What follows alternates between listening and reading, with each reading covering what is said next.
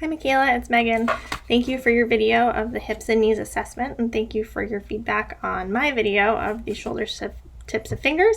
I really appreciate all the feedback, and I'll take it into consideration in my future assessments of patients in real life.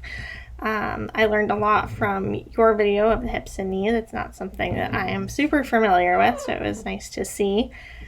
In general, I thought you did a great job talking to your patient, explaining all of the different exams and procedures to them, helping them feel at ease, as well as narrating for the audience and helping make it a really educational video for those that are watching to learn. A couple of things that I would add. So you began your exam with assessing your patient's gait, which I thought was great. That's a really good place to start your inspection, especially as they're walking into the room. Even you can do that.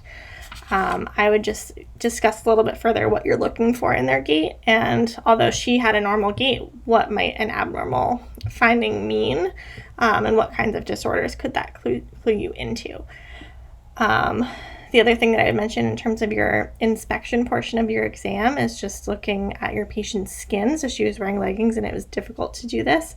But if you were able to see her skin, you could assess for any rashes, lesions, scars, evidence of surgery that she may not have mentioned, swelling, injuries, that sort of thing. So that could help you do a little bit more of a thorough inspection.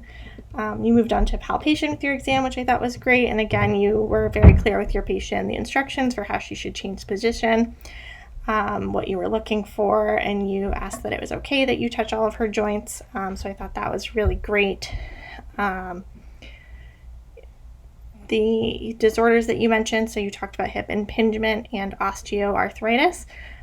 When you were discussing hip impingement, it reminded me of hip dysplasia, partially because of my background in pediatrics. It sounds like the exams are kind of similar, but hip dysplasia can come from development of a shallow hip socket. Children are assessed in infancy for this disorder using the Ortolani and Barlow tests.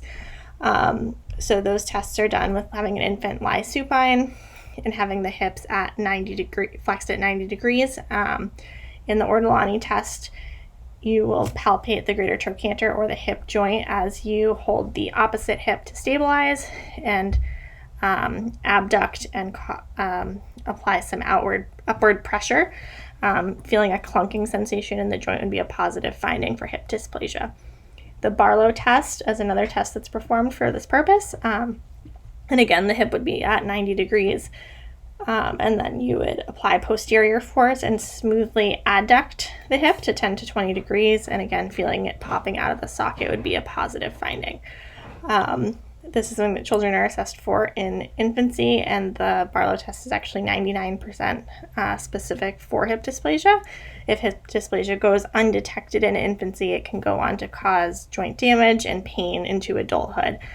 So a patient that you might see in an adult setting with hip dysplasia would have pain in their hip, and they may also have a limp in their gait. So you may have noticed that in the early part of your exam if that were present. These patients will often end up needing surgery because of the damage that's gone on throughout their life with their shallow hip joint. You also mentioned osteoarthritis, which I think is great, and you talked about some good prevention measures there. Another prevention measure that you can educate your patients on for osteoarthritis is actually weight management. So ensuring that your patients are avoiding sugary drinks and getting good exercise, all of those kinds of things to protect their joints from further damage. Overall, I thought you did a great job, and it was a really informative video, so thank you.